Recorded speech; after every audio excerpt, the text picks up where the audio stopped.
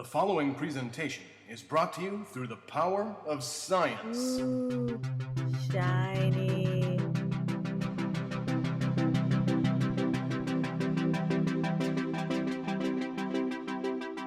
Welcome to Generations Geek, a more or less family-friendly celebration of all that is geeky. I'm science fiction writer Scott Pearson, and along with my daughter Ella, Hello. we are two generations of geek. This is episode 43. They aren't what we thought they were. The first in our epic multi-part special Grupp edition reviews of the entire Alien film series. We're starting with the prequels, Prometheus and Alien Covenant, as Ridley Scott returns to reinvent or retcon or something the Xenomorphs he started way back in 79. But first, remember you can find us online at generationsgeek.com, which includes handy links to all of our episodes. Now, on with the show. We've just watched Prometheus on the DVD. I saw it in the theaters. This is your first time. What are your immediate reactions? I need to be cleansed. I need to meditate. What's the place where Doctor Strange goes? Somewhere in Kathmandu. Are you saying this all in a bad way or a good way? It started out so strong. Let's get specific. Let's talk about the actual very opening scene where you see giant white guy. Handsome Squidward? Does he not look exactly like Handsome Squidward? He does kind of look like a handsome Squidward. Yeah. What did you think was going on there? What was your first impression? I still don't know what was going on. He drank the liquid from the vases? Mm-hmm. And then he melted.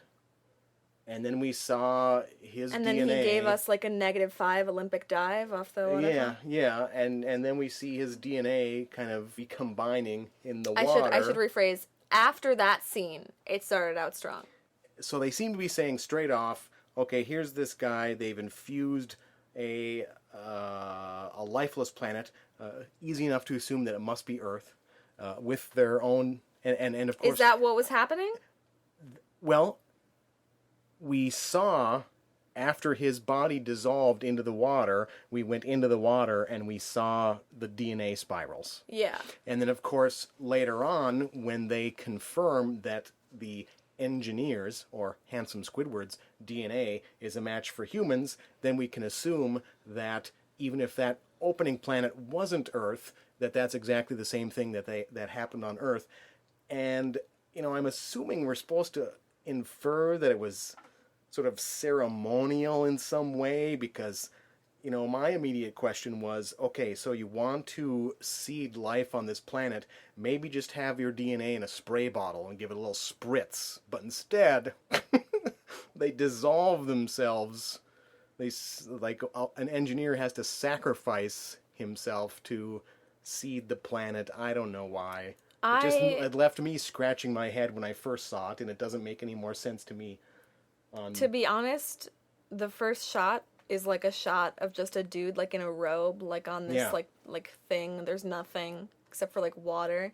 And my first thought was me. And then my second thought was, it's Luke from Star Wars. Oh, because of the robe. He's just standing by the water on a rock. Oh. And then I was like, it's Handsome Squidward. No way. He's made out of marble. Yeah. I should probably just say up front, I did not like the movie when I saw it originally. I thought it was kind of ridiculous and pointless and build-up of lots of people doing stupid things. When I watched it this time, I was, as often happens when you rewatch a movie that you didn't like, all the stuff that annoyed you the first time around, you know that it's coming, so it doesn't bother you as much. And so I found myself not being as turned off by the whole thing and just watching it for the action-adventure and the special effects, because, of course, it looks gorgeous. But, okay, so we get the prehistoric opening, and then we move to the main characters, Shaw and Holloway, digging up another cave that has... So they find a cave painting with this pattern of 6 dots on it. And so from that, they're able to like I can't even synopsize the thing without laughing. I don't understand. So the dots are in the same formation, but then how does a 2D picture of dots translate to a star system? Exactly. The idea that six Is dots... it how you're... Because then it has to be how you're viewing it from, like, a specific point at a specific point in time. Right. Because the universe is constantly moving and expanding. Right. Exactly. And that's... Shout out to my astronomy professor at UMD. Holla. Boom. That's why the idea that finding 6 dots on a cave painting wall or in other prehistoric pictographs, the idea that that could lead them to exactly a particular planet and moon, I mean, I guess... is just laughable. If you really wanted to, if the engineers are that extremely advanced, they could have predicted when in time people would figure it out. Well, and, here's what we could infer. but they weren't the ones who left the dots, right? Like, ancient civilizations left them, But the engineers would have had to shown them the pattern, because there's no way the ancient civilizations could have seen the pattern in the sky because it was too far away. Now, here's what you can infer. Although there's nothing in the movie to actually imply this in any way, because there's little in the movie that makes any sense whatsoever. But since they found these dots on different patterns covering thousands of years, we could try to infer that there were enough differences in the pattern to account for the drift of time, that they could then have used that to figure out.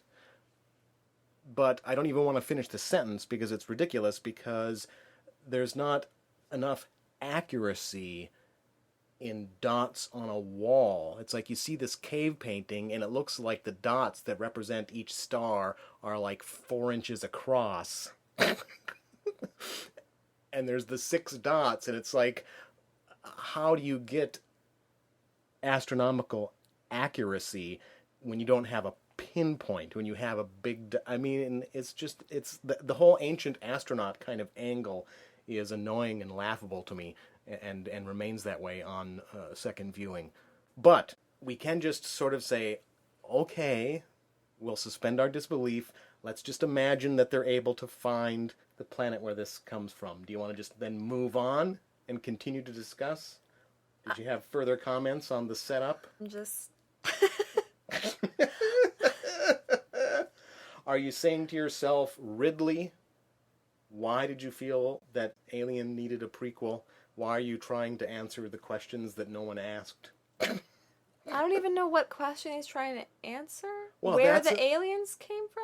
Well, but see, I don't really... Yeah, that's to me, that's another point. This movie to me seems like 2 or 3 different ideas for a science fiction movie that he never quite figured out, and he sort of stuck them together and then said, why don't I just make this an Alien movie too? And then then it has grafted it in. The weird overarching Christian theme? It's a mystery. With the cross? The cross, I guess and it's on, and the guy with the Christmas tree. I'm just like, I'm still processing. I need to see a psychiatrist and like weed out my feelings. Although I noticed that you did like it when we leave Earth and it cuts to the ship moving through space, it was actually on your birthday when it showed the date. Holla! Solstice babies, December 21st for the win. Christmas in space. One thing I liked. Should we talk about the space flip-flops? One thing I liked was so they're using the whole Prometheus metaphor. I don't really... And Prometheus, well, they didn't really go into it to really leverage it, which is fine, because they kind of left that to, if for people in the audience who are more familiar with the Prometheus story, you get a little bit more out of it. Is it from the Bible? Is that why I'm not... No, it's not from the Bible. This is a Greek Roman gods thing. then I was kind of, to be honest with you, I was kind of hoping it was from the Bible because I mean, I can excuse myself for not knowing something from the Bible a little bit. And I can't remember. But, like, not really. I'm actually blanking right now on whether it's Greek or Roman, and if there's the analogous story in both of them, like there usually is. But it's Prometheus. There's an archaeologist somewhere screaming. Prometheus stole fire from the gods. They have a line where they say Prometheus was upset by how the gods had treated humans, or that he wanted to help the humans with the gods or something. I can't remember exactly what the line was. Yeah, no, I think I'm remembering the story, yeah. But then, what Prometheus did is stole fire from the gods to give to humans, and then he was punished by, like, having his liver forever eaten out by eagles. By eagles or something. See, it's coming back to me. See, now I'm happy with myself because I remembered. Then, I can't remember, did you get around to reading Frankenstein? No.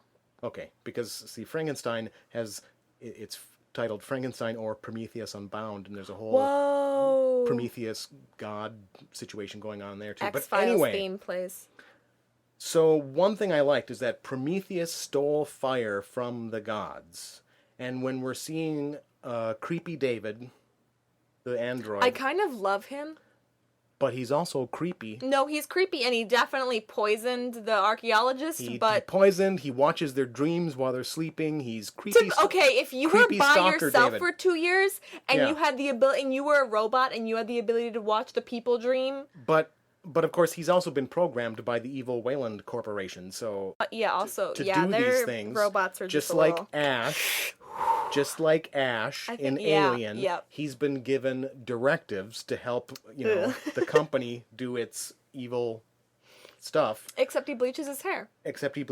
Because he's a fan of Lawrence of Arabia, one of my favorite films of all time. And what I keep trying to get to is, so there's the Prometheus thing about stealing fire, and then they show this great clip from Lawrence of Arabia where Lawrence puts out a match with his fingers.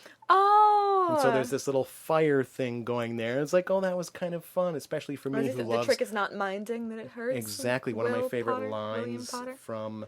I love Lawrence of Arabia. I do think it came across like I was making fun of him, but I do like that he's an android and he sits and, like, drinks his, like, lubricant, like, wine and bleaches his hair while watching old movies. And like, he's like... That's he like kind of me like as a robot. He's kind of like parting his hair, he's like trying to look like Peter O'Toole in Lawrence of Arabia. Yeah. Which is... I love Peter O'Toole. That was the greatest scene. I was so happy watching that scene. I was like, this is lit. This movie is about to be amazing. I can't believe everyone hates it. And then I just fell off a cliff into some water and my DNA changed. Yeah. Okay, so then they get to the planet. And then things really start getting weird. Because you have, allegedly, a ship full of scientists. And they are just all the most boneheaded people. Okay, but here's the thing, though, is that I want to talk about how for, like, a hot minute, they were so close to completely pulling off this, like, casual spaceship crew vibe, the same vibe that Alien has when they wake up and they're all, like, eating breakfast and they're, like, making fun of each other and, like, all this stuff. Yep. And then it just, it went downhill from there. They did a good job there of kind of, capturing that. And the aesthetic is really all I care about. So. The gritty space aesthetic. They're going out on this planet. They've never been to it. They have no idea what's on it. And Shaw right away is like, no weapons. This is a scientific expedition. Although I'm pretty sure they didn't. Well, I guess they did think there were life... Okay. I mean, that's just like going completely... it's like... To be fair, he was holding a flamethrower, and she was like, maybe not with the flamethrower, bro. But, yeah. But you'd think they'd have some defensive weapons. It's like, doesn't seem entirely uncalled for. This is why Star Trek is just the height of science fiction. I'm sorry. Well, and here's the other thing that I can never quite understand in the Alien films. And actually, I'm referring only to, at this point, Alien from 1979, and now Prometheus. Because it's always very unclear whether or not humans have already encountered any sort of extraterrestrial life before or not. They're so casual about it, they have to. They don't react at all to, like, when they see...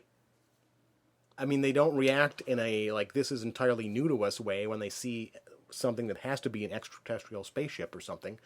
And yet, they never say anything that refers to any extraterrestrial life. That's because like you would, the might movies are expect them called to do. Alien, and if there's more than one alien, like... And so you're left with either they've never encountered extraterrestrial life before and then are remarkably calm about doing so, or they have encountered other extraterrestrials and then yet never actually say anything about them ever. I mean, it'd be like if I went traveling through Europe and then, but never mentioned France. It's just like, you know what I mean? It's like at some point you'd think you would say, oh, this castle in Germany reminds me of a castle in France. Or, this extraterrestrial from such and such planet kind of reminds me of those things we saw on such and such.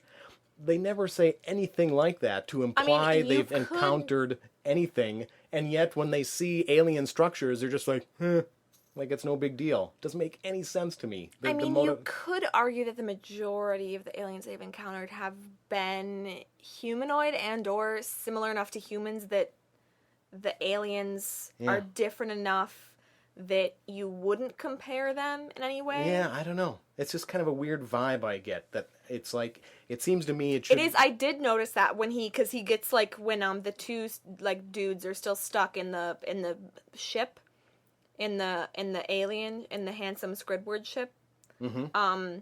And he gets, like, a ping. He's like, I think there's a life form out there. And they're like, what? And he's like, yeah, I don't know. Like, Yeah, the whole interaction there is weird. Like... Okay, so I don't even understand why Idris Elba is in this movie. Like, I feel like he usually has, like, a thing going. And here's just like, I don't know, man. I, like, play an accordion and, like, drive the ship. Yeah, let's go back to... sort of going in chronological order here. Do we ever go in chronological order? No. But... So they go out into the alien structure that they find on the planet. Yeah. They start mapping the place with the little, the pups. The pups. By the guy who I just refer to as Angry Ginger. The geologist. He's like, I love rocks. So he releases the mapping things. Yeah. Cue howling. But then the scientists they get into the thing where there's breathable air, so they just all take off their helmets because it doesn't occur to them that, well, there could also be, things in the air that we don't want to breathe in. But they did scan it though. Well, Liza Aaron was like, but they only was like, it's cleaner than Earth. Yeah, but she seemed to be only referring to the chemical makeup of the atmosphere. You're right. And not to the idea of, like, microorganisms and who knows what. But, okay, we'll let that go. I do have to... Like that many... actress plays a character named Liza Aaron in Game of Thrones. Oh, that's what I noticed you react when she a creepy character. Like, not necessarily like an evil character, more like a chaotic neutral character, but creepy nonetheless. And so hearing her speak and seeing her voice, her speak and seeing her face, I was just like, this isn't gonna work. Whatever your real name is, I'm sorry. They take off their helmets. They start looking around at all the various artifacts. Things start going wrong because there's a storm coming in. They have to get out of there. David is pursuing his, secret mission. He's gathering up stuff that he shouldn't. So we've already seen the characters do a bunch of questionable things. They take off running. We have to get out of here. And earlier, Angry Ginger and Glasses... Good job, yep. Angry Ginger and Glasses, they get scared and say, we're out of here, and take off. Then they get the message that they have to evacuate. Everyone else runs out. They get out to the vehicles, and they say, damn it, they've already taken off. And they all jump in the vehicles and go. but Angry Ginger and Glasses are still back in the ship. Because they got So- lost somehow. Because they got lost even though they were the mapping guys, and even though later on when the captain contacts him and says, "Where are you?" Glasses immediately gives him a set of coordinates to explain right where they are. So how they got to separated. be fair, coordinates are one thing, and like tunnels in a ship are another. But still, And yeah. then when the rest of the group ran out and said that they've left already, well, what were they basing that on? All the vehicles were still there because they hadn't left already. Maybe Handsome Squidward took one. Over and over and over again in this movie. It is weird. Just it's ridiculous things happen. It's weird that without Ridley Scott. I mean, it's. Well, but it's not weird because here's the thing about Ridley. Oh boy. See, I don't think he has any real. This is overstating it a bit, but it's like I don't think he has any real big picture sense of story. He has an incredible talent with visuals. He knows how to put together a very atmospheric scene. But as far as judging whether a script makes sense or not, I don't think he thinks that way. He picks scripts. I don't know how he picks scripts, because if you look at his movies, he does a wide range of movies. Some of them are the most amazing films ever made. The Martian. Blade Runner. Other ones are just like, what is going on here? This doesn't make any sense. So we don't know why the group thought they'd already left. We don't know why they were still there. But we've already hit one of the big retcons, because when they find the decapitated head, they say, "Oh, this isn't an exoskeleton, this looks like a helmet." And so the body that we saw in Alien in 1979... Yeah, That means that was a spacesuit. Yeah, but they say outright in Alien that the bones are bent outward and you see but then here it's like those are like the ribs on a spacesuit. Yeah, I didn't like the retcon. It looked really weird. It's like their spacesuit looks like a skeleton. Yeah, well, that was purely because that's the retcon. At the very end of the movie, when he's fighting with that squid alien, you see his feet and you can see toes. So the suit goes. It's a lot. I didn't get that at all. It was purely because he wanted to tie this film more in with Alien, and even though it didn't make any sense, is like, well, how am I going to make these aliens the same as these other aliens? He's like, anyway. What I want is a large, buff man made of marble. Mm-hmm. Who wears tiny Speedos that look like tiny togas. Yeah, I know. So they get back to the ship with the head. And then again... Here's the part I don't understand. What were they doing to the head right before it exploded? I don't know. It's like I didn't understand. It's like, at first I was like, oh, they're stimulating the nerves so it's moving. And then they're like, no, stop. And it's like, okay, so you're somehow reanimating just this head, and the head starts screaming. Yeah. And it's like, what is going on? And then Not to mention the fact that they take the alien head. It's already starting to decompose and do weird things. And they're poking it with stuff. And they don't even have their masks up. It's like, you should be in a full hazmat suit. But they're just there with, it's only after... To be fair, the not caring about, that's a theme. In Alien, who's the guy that first gets the face hugger? Kane. When Kane's lying on the table and they're just in there, chilling with it. True. Chilling with it. But they also weren't... Ash didn't care because he was an android, and none of the other people were trained scientists, really. They were just the crew on this ship. You're completely right. They were were just in this thing, they're all supposed to be trained. They were just paid to be in space. So they were know. miners or something, right? So they're poking the head. Things go south, it explodes. I don't know. I don't know what that's supposed to mean. I can't believe that I had no idea that Prometheus was this graphic. It was so, the Alien movies are already inherently violent, and I almost lost my mind. They took it to a new level a bit in this one.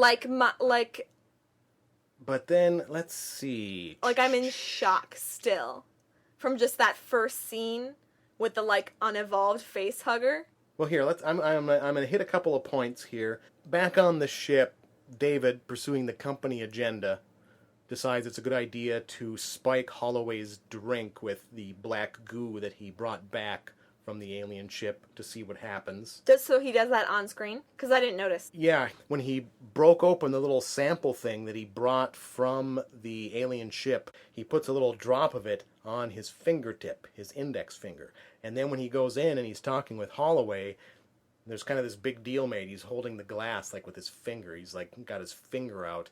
And then when he pours Holloway the drink, he puts his finger in the drink and gives it to him. He very purposefully spikes the guy's drink with the black alien goo. So he was so slick that me as a viewer who was supposed to see didn't. Interesting. I am kind of oblivious though, to be fair. I miss things. Meanwhile, Angry Ginger and Glasses are still trapped by the storm back at the structure. I don't know if I can even talk about Angry Ginger and Glasses. They're trapped there because they got so spooked early on that they ran away. Okay, like me though. Like honestly, Yeah. that'd be me. I'm out. Like I would be running. But when creepy snake tentacle creature comes up out of the goo, then Glasses guys is like, oh, a puppy. To be Okay, but like it's like what's also me. No,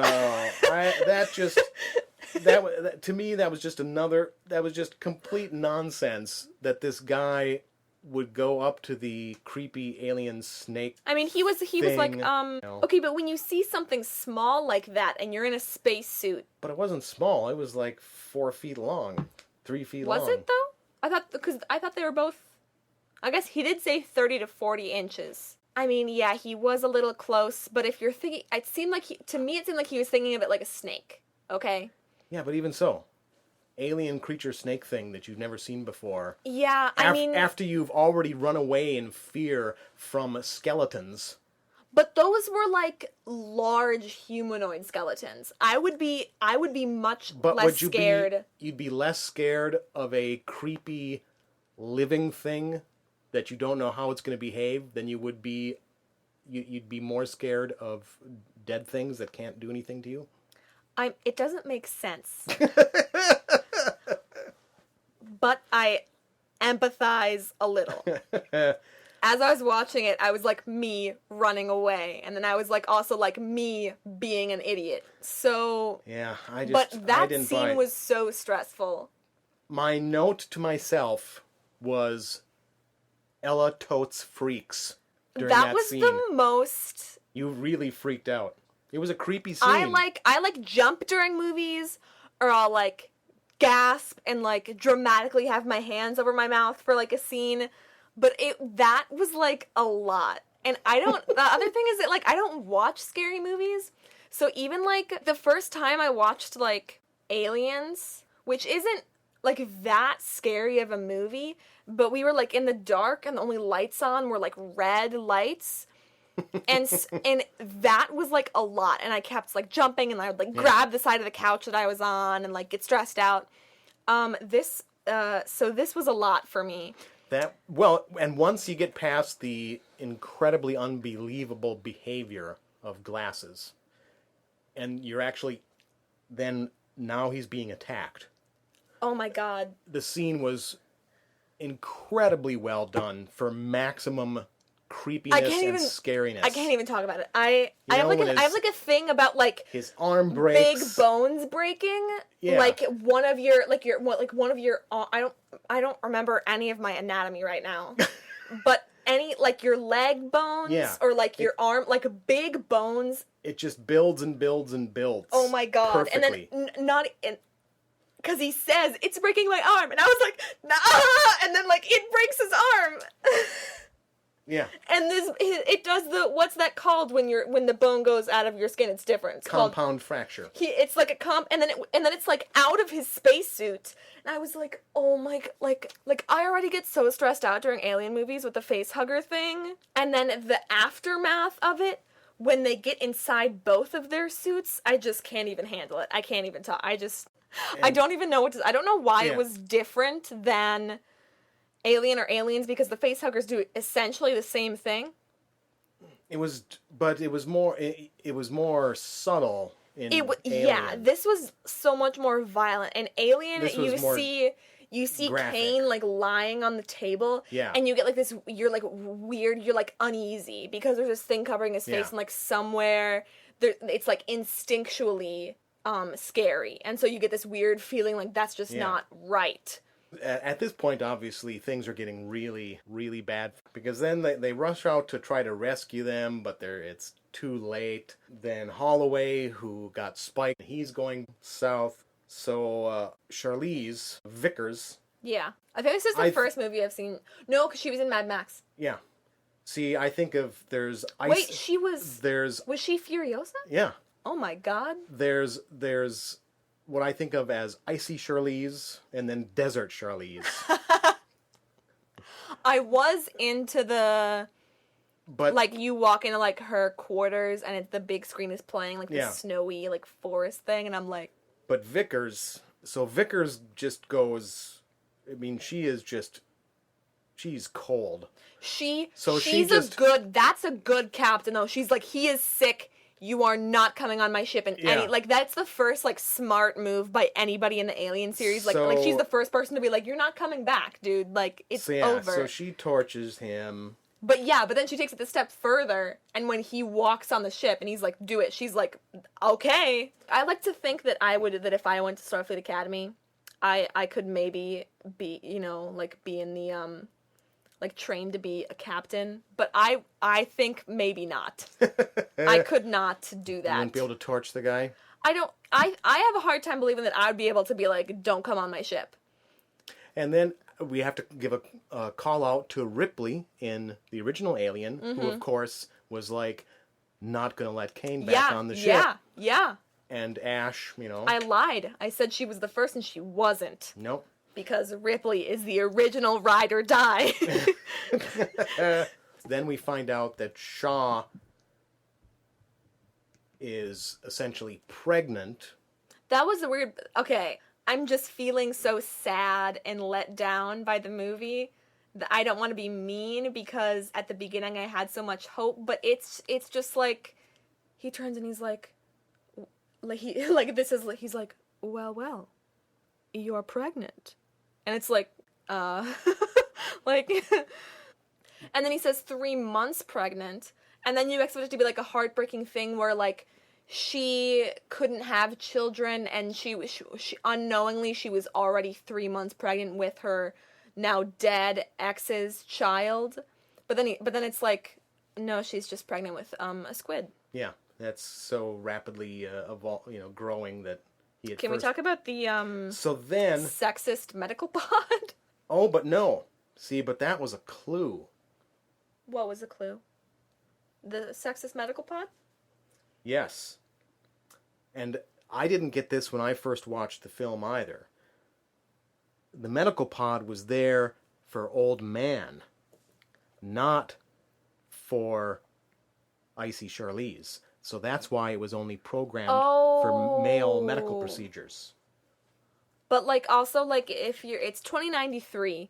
Yeah, I mean You make 12 medical pods because they said specifically there's only 12 of these were made, and then you program it only to be able to work with the male body. Only when there's not too many differences, pal. It is it is kind of ridiculous that you wouldn't just make an all-around medical pod, but although it did do it sort of. But the reason why.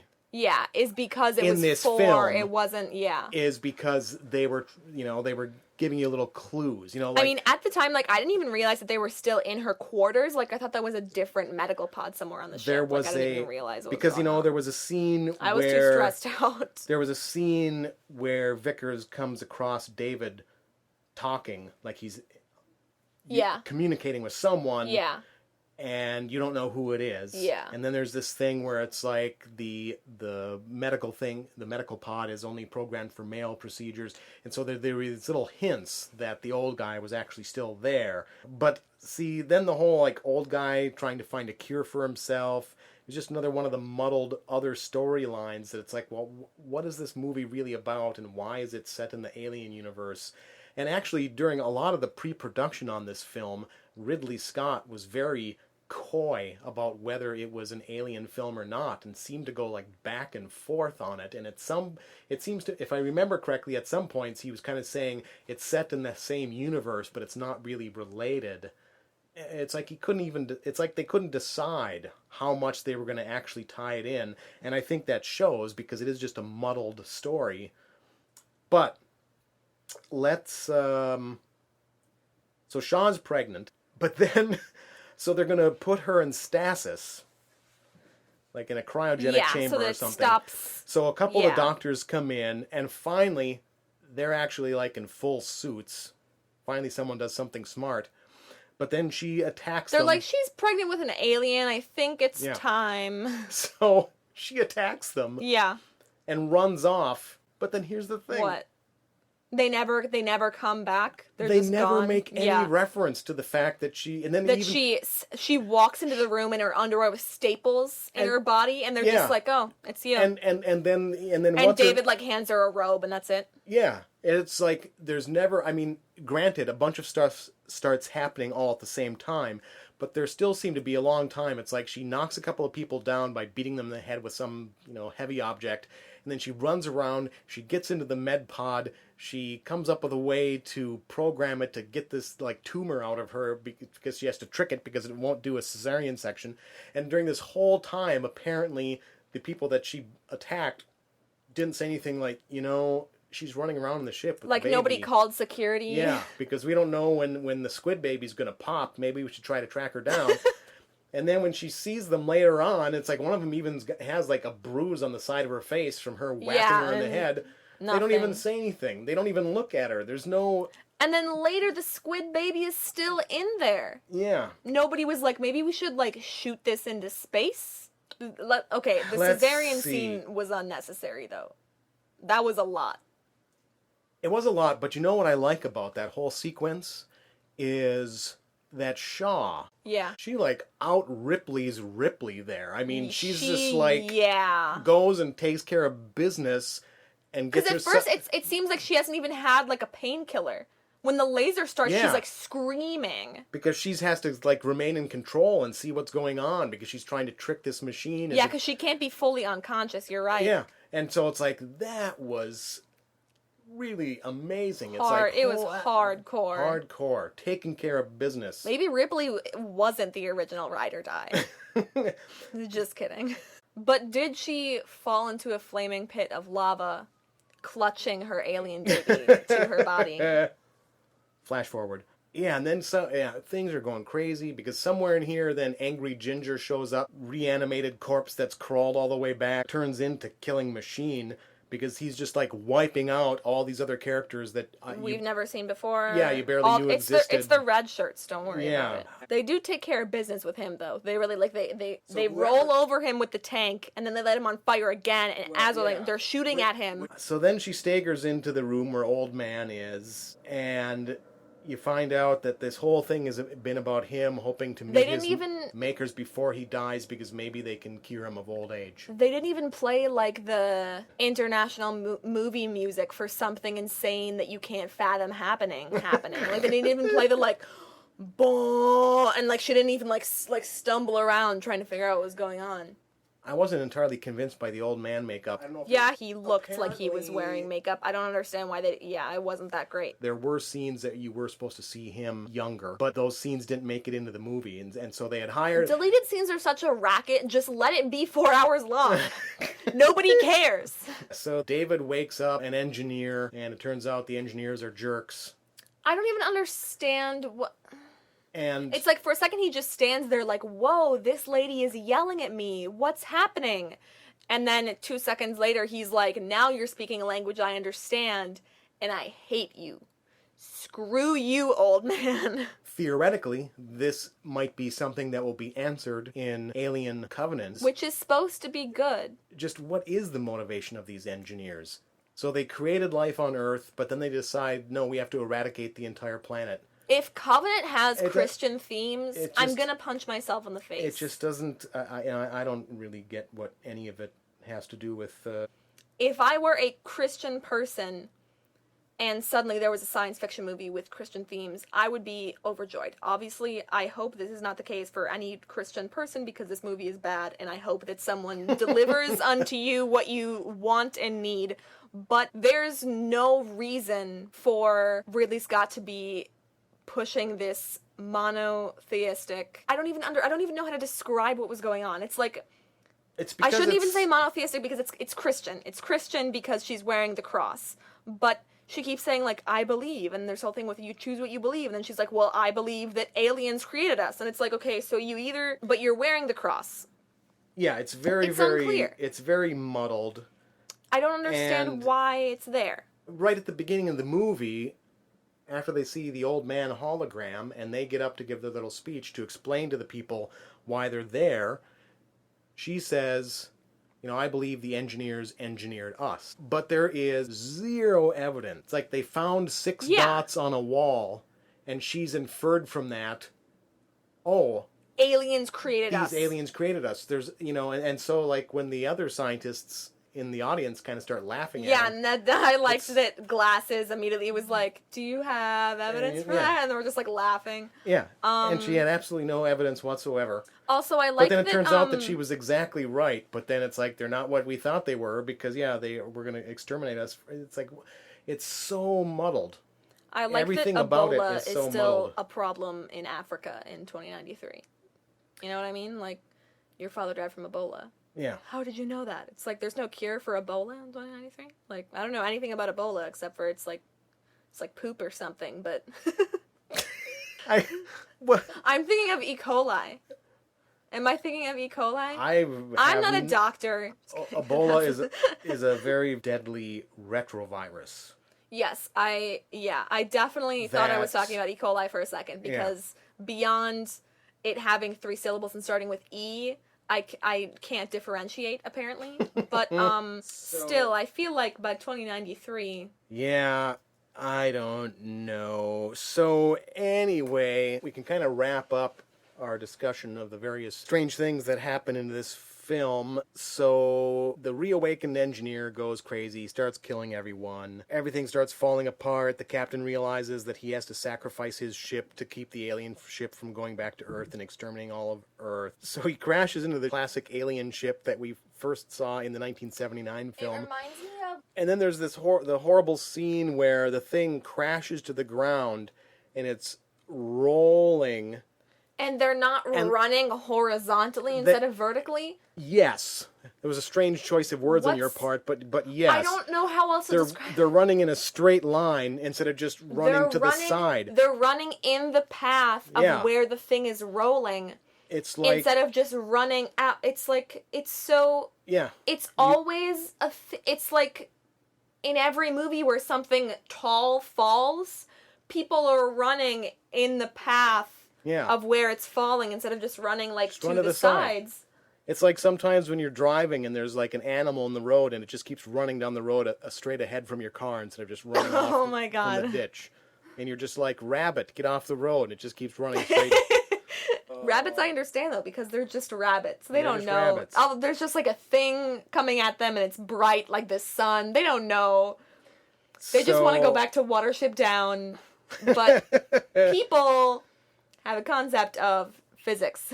But then beheaded David, torn off by the engineer, he's still trying to look out for Shaw, even though he's, like, ruined her entire life. Yeah, he doesn't really make any sense. Best I guess guy- he's like, I'd rather continue to watch Lawrence of Arabia instead of lie here for eternity. Yeah, he warns her that the engineer is coming for her, and then she lucks out by having giant squid. The squid baby now is all grown up. And so Squid Baby is grown up. Squid He's takes... a full-size squid. Yeah, so Squid But takes care of the he engineer. lives in the air instead of in the water. I like when she goes, die! Then David convinces her that he can help her still, so she goes back for him, even though he killed her guy and got her impregnated with an alien squid baby. And then things keep falling on her, like, on her uterus. Yeah. Like, people, like that one guy, they were like, to shut her up. And he hits her, and it's like low blow, dude. Right in the cesarean. She had an alien baby inside of her, and her body is stapled shut, and you had to hit her there. Yeah. But give her a break. She goes back. She actually goes back and saves David's head and body. I feel like there's lots of moms who saw this movie who have had cesareans, and they were so mad. Because I was watching and I was like, she's just going to stand up and keep going. And she just stood up and kept going. And I'm like, I have some mixed feelings about this. One of the things that I kind of liked was that she takes off with David. Then we come back and we see the engineer, who then has a chest burster kind of thing happen to him. But the thing that comes out, instead of being like a little guy, like an alien... Yeah, it's not a face hugger. It's like a baby big one. But see, what I liked about that, what was kind of interesting about that, was that it was sort of this prototype xenomorph from Alien and Alien. So that was kind of a cool tie-in. Okay, we've basically made our way through the entire film, have done a lot of critiquing, because you really had much the same reaction to it as I did when I first saw it. I mean, just really an overwhelming sense of just hopelessness. Like, what the what? And sadness. You know, what did that mean? What did this the really... The negative side of nihilism. I just think that it would have been so much better... Well, maybe not so much better, but I would have been much more interested in seeing a standalone science fiction movie. As much as I have problems with the ancient astronaut concept in general... If he had just done a movie about that and not shoehorned it into the Alien universe, I think it could have been a better film. I don't know. But I just found it to be an incredible muddle of half-baked ideas piled together into a single film. And not good half-baked, like Ben & Jerry's half-baked cookie dough brownie swirl. What really needs to happen is all... large-scale Hollywood science fiction and fantasy movies just need to hire us as independent consultants. Now we'll go see Alien Covenant and see if any of that helps, in retrospect, make this movie make more sense. You know, I'm worried about it because one of the things that I really disliked about Prometheus was some of the retconning it did. In the original movie, you're not wondering, well, who made the alien creatures, what was their purpose. It's like, well, they're just a life form that happens to have this particularly brutal life cycle. I'm sure it made perfect sense on whatever planet they evolved on, but now when it gets introduced to, like, humans and stuff, yikes. But then apparently Ridley said to himself, well, no, what people really wonder is where the aliens came from. So I'm going to explain that by turning the whole thing into some sort of experiment by these engineers who made life on Earth and then tried to, I don't even know. I feel personally attacked by all the scenes with Shaw where she's just clutching at her uterus. It was brutal. There's no need to call me out like that. But... You don't have to come at my life like that. But she was very strong and forceful. Yeah, I she think was a very that strong character. I would just let myself die. Although her thought processes were completely muddled. If there was an alien baby inside of me, I think that I'd be like, it's time. Yeah, but you know... I just wouldn't be the kind of person to let a machine tear it out of me. Yeah.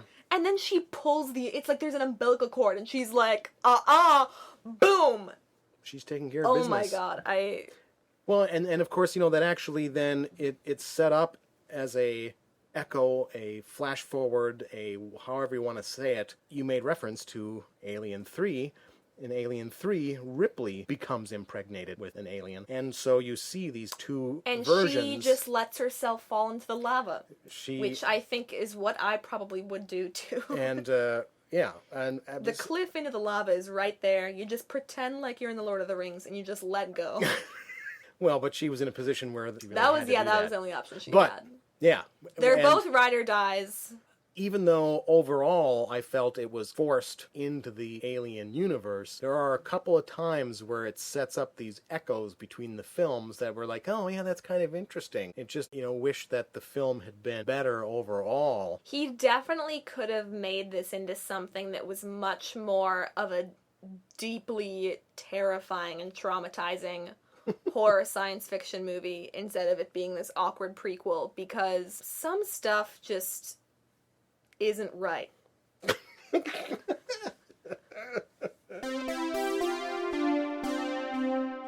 Before we get going on Alien Covenant, let's talk about a deleted scene from Prometheus, which I referred to while we were recording that segment, because I said that I thought that there was a scene where we had seen the Weyland character young instead of being in the awkward old man makeup. And his face still looks strange when he's young.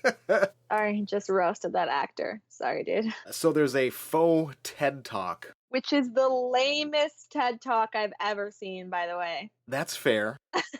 I think it would have been kind of awkward to have that in the film. I can understand why they cut it. You can't really insert a TED Talk into something like it'd be very awkward to try and put into a movie like that. There was some interesting stuff in there, because one of the things that I liked about it was it does introduce you to that character and the kind of person he is, so he doesn't just come out of nowhere later on in the film.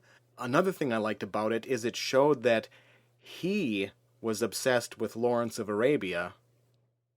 And then so once you see, when you see him, that kind of, so when you see him do the Lawrence of Arabia thing, then if that had been in the film, then later on when David is doing it, then there would be this interesting thing there, because you're seeing this creator-created thing that they in their muddled way have tried to have as a motif through the films. It's just like that ruined part of what was the only good part of Prometheus for me. Do you know what I mean? Like the initial scene with David. There's just something so interesting to me about androids having interests. You're right. I don't know how to describe it. Well, it's personalizing for the artificial life form. And you're right that although there would have been an interesting thing set up between the creator and the android by seeing that the android was sort of following in Weyland's footsteps with this Lawrence of Arabia thing, it also would have lessened the impact of that scene with David, which just underscores that it was overall the best idea to cut that scene, to leave that scene out. Okay, so that was kind of a little afterword on Prometheus. So then we went to see Alien Covenant. I had kind of mixed feelings going into it, since my opinion of Prometheus was pretty low. I really had no idea what to expect. I mean, I'd seen the previews, obviously, but I mean, what to expect as far as how it was going to function as a sequel to Prometheus, while also continuing the prequelization to Alien. Did you have a concept of what you were expecting when you went into it? I was expecting it to be very good. and from your tone, I infer that you didn't think it paid off. It didn't. I just felt like it was messy the same way that, I mean, it was better than Prometheus. I'll say that. It was better. And it's something that I would maybe in the future consider watching again as a type of thing where you're like throwing popcorn at the screen. It did very little for me. There are a few distinct problems I would list just off the top. As far as a sequel to Prometheus, it's just bizarre. I mean, Prometheus spends like the whole film setting up the engineer backstory to how we were created on Earth, and then I don't know if this was a course correction on the studio and screenwriter and Ridley Scott's part when Prometheus got pretty mixed reviews, because then they just jettison the whole engineer plot within the first... I mean, that's just gone. Later on in the film, when you get sort of the flashback, you find out that, yes, they made it to the engineer planet. David killed them all. I don't even understand. End of story. So then instead of being a sequel to Prometheus, it in that sense, in the overall story arc of Prometheus, that's all gone, and now it's just a film about David being nutso. I'm so frustrated. I want to have the police arrest Ridley Scott and like have him in an interrogation room, and then I just go in there and I just scream, and there's no words. It's just me yelling, or like then like occasionally I'll like have a guitar, like in Brooklyn Nine-Nine, and then I'll just be strumming the guitar, but I'll still just be screaming at him, because I don't understand. But it's one of those things where it's like I need to know. The prequels are out. I don't understand what's going on, but I need to know. Well, let's take a step back. Both of them, individually and together, I just think that they are incredibly muddled storytelling. First off, Ridley Scott came away from the original classic Alien apparently saying, the question that everyone wants answered is, where did the Xenomorphs come from? And what was the deal with the other alien body? And then he ruined it. But see, I don't think that people were wondering that. And to the extent that people were wondering, it wasn't necessarily like we have to know, but it was just a general curiosity. But it's kind of an accepted idea that when you're a storyteller, that it's often best to start kind of in the middle of something. You don't need to know everything that happened beforehand. And when you watch Alien, you see, okay, so here's this previous ship that obviously got infested with the Xenomorphs. There's no wondering about the Xenomorphs. That's like saying, if I watch Jaws, I don't come away and say, well, where was that shark before this? Where did he come from? It's like, well, I don't need to know. There's no real mystery. It's nature. The question didn't need to be answered in the first place. In the second place, the way that he chose to answer it just made it all very, very confusing. Well, all of that is one thing. And then the other thing is that it appears that they didn't just evolve on their own. Now we know that they were engineered, but there was no motive beyond, I'm crazy and I've become obsessed with this. Yeah. So we're asked to believe that these engineers go out and create life on planets. Then sometimes they change their mind and decide to cleanse the planet. Is that even what what happened? That's the idea? Yeah, the reason why the captain in the previous film sacrificed himself to destroy the alien ship was they had discovered that the ship was going to Earth, that they were going to go back and wipe out everything. The idea is that they create extremely complex organisms like people, and then for whatever reason they decide that one needs to end. They destroy it with a different type of life. Yeah, apparently. And then that life is on the planet? Like, yeah, I don't know. It doesn't... after a while, you just have, like, these xenomorphs just, like, running around. Like, every once in a while you come across a planet and it's, like, it's filled with these things. I don't know. Don't touch it. Later in this film, when you start realizing how far off the rails that David has gone, he brings the captain down into his lair. Oh my God. And shows him like a half dozen eggs. I just really needed somebody to punch me in the face when that scene was playing out. The captain says, what's going on here or whatever, and David says they're waiting for their queen. Yeah. So, well, what sense does that even make? So somehow he got these eggs created, but there's no queen. It totally muddles the Xenomorph's life cycle and creation. And then it's on this one, it's like we see the birth of the more recognizable Xenomorph from Alien and Aliens for the first time, as opposed to the other ones that came out. And then also baby Xenomorphs. And then the one at the end looks much more like the actual Xenomorph.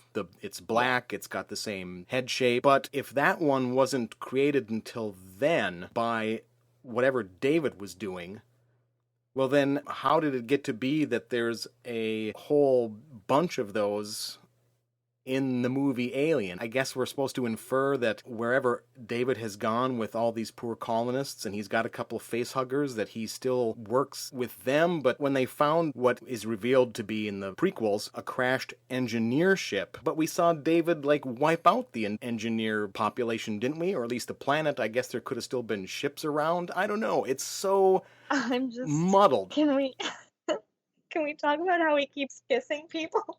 I just can't.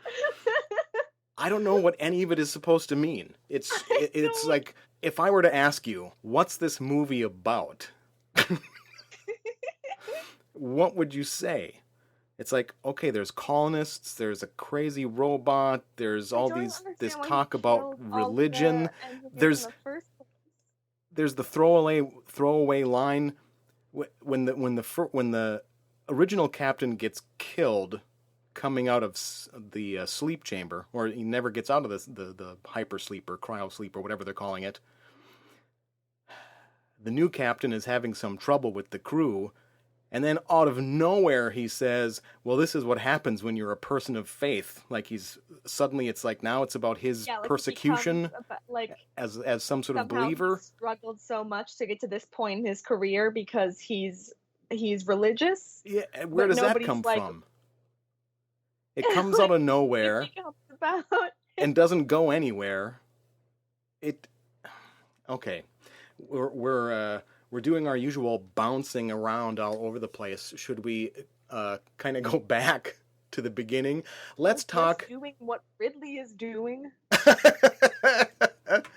Let's. I have an idea. Okay.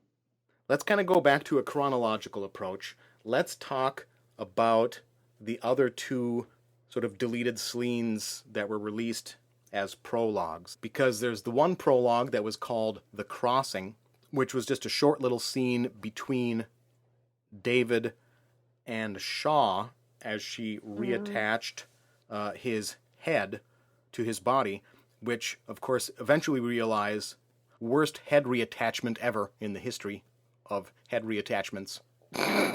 Has there ever been a worse head reattachment? I don't think so.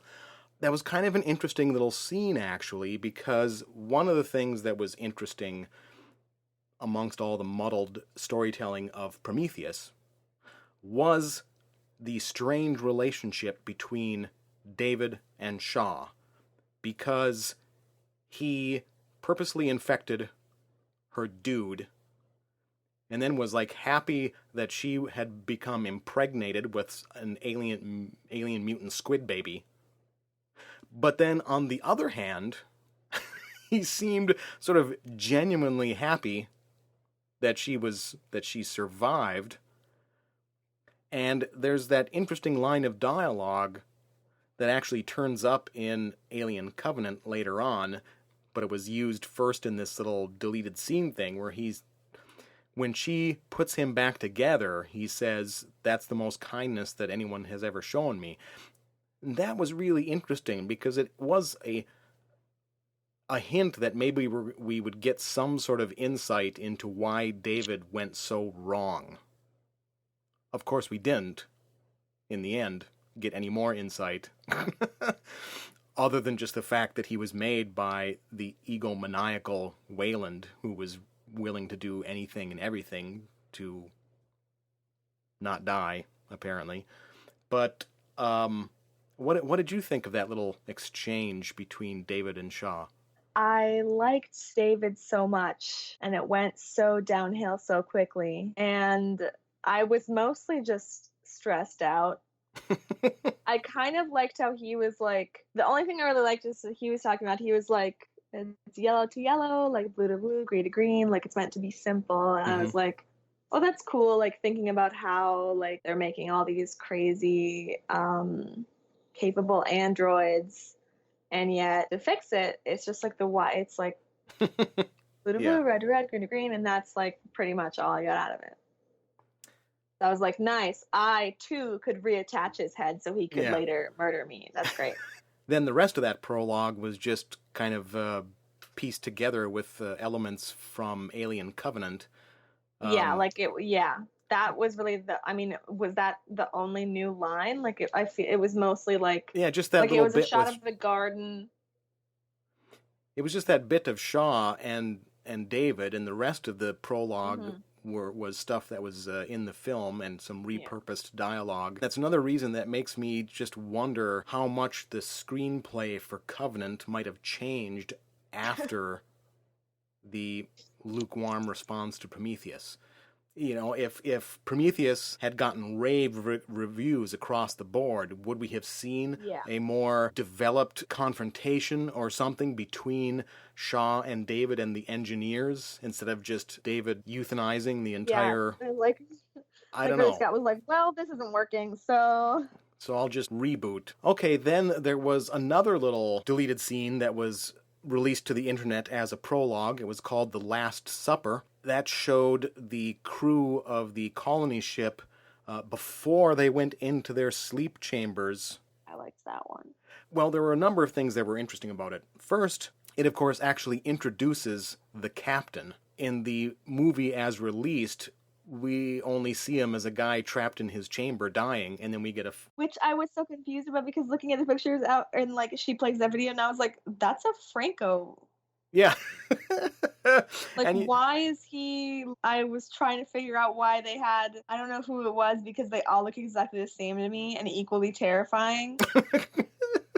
We've discussed on the show before your fear of the Franco brothers. They all have dead eyes. So I would not... if one of them was making my burrito at Chipotle... Like, if somebody was making my burrito at Chipotle and they looked at me and they had the same look that all of the Franco brothers have, like, I would be so worried about my burrito. So it was nice to see the captain introduced before his unfortunate death. That was a good part of the scene.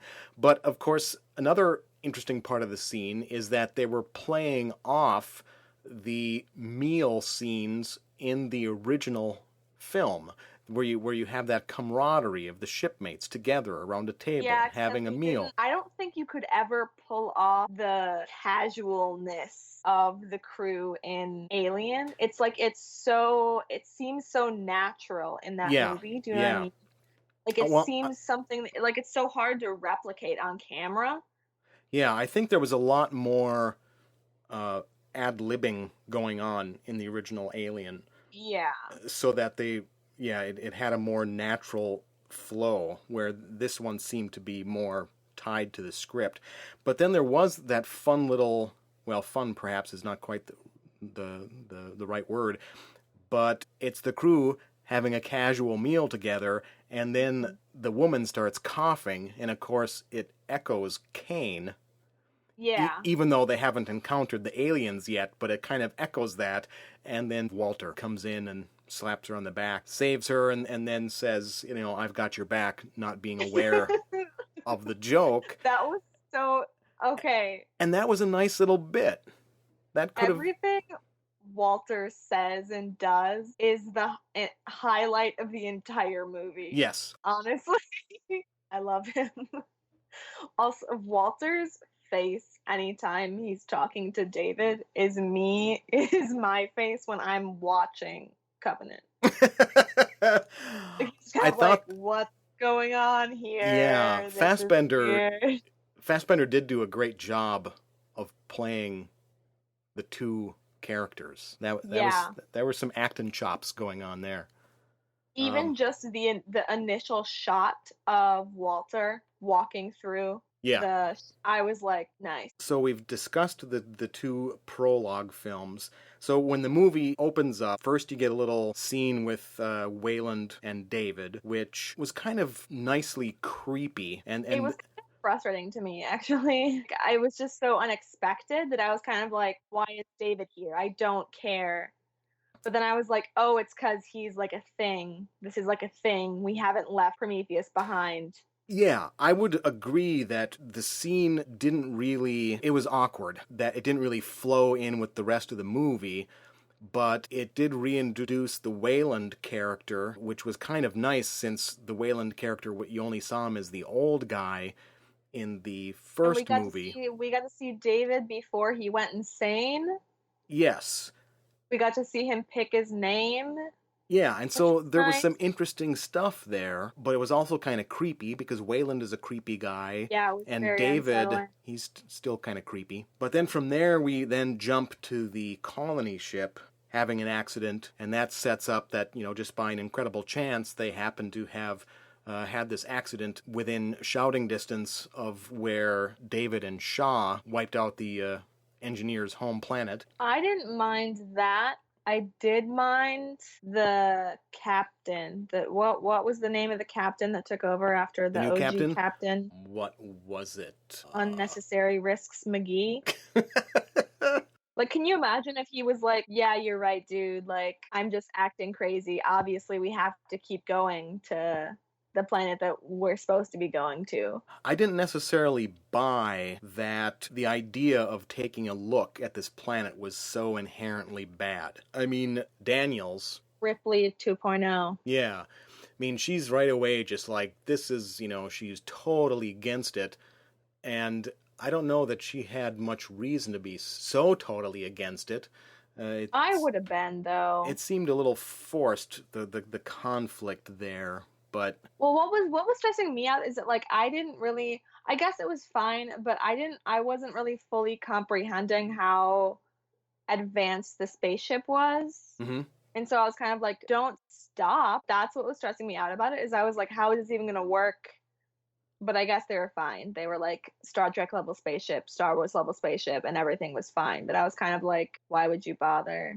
Everything was fine until, much like Prometheus, it's a shortcut that's used by all science fiction that you just plop down somewhere and it's like you're just assuming that nothing on the planet is going to hurt you. In this case, it turned out that there was all this weird... The only thing somehow 50% of the things on the planet, well, actually 100% are going to hurt you. Yeah, because every life form was killed, so all that remains are the proto-xenomorphs, and plus David, which somehow have like turned into these little spore things. Yeah, I didn't really get that. It's like, well, how did they sort of spontaneously become spore things that you could step on and then, yeah, I don't know. Although I did like the redesign of the xenomorphs to have them stand like fully upright. Like Homo erectus xenomorph. Yeah, some of that was, because that was like really unsettling and in an entirely different way than the other Alien movies. Like I don't even like thinking about it. I don't know if you remember this, but in Alien 3, they tried to establish a little bit that, but then it was changed because that movie had a troubled shoot and there was reshoots and stuff. So I don't know if they take the shape of the thing that the chest burster. The dog. Yeah, that. Well, in the cut that I watched, it was the dog xenomorph. Yeah, and so the idea that the xenomorph is a little bit malleable depending on its host was introduced then. And so when we go back... the people xenomorphs, even in Alien 3, are not like the one that David was blowing on. Yeah.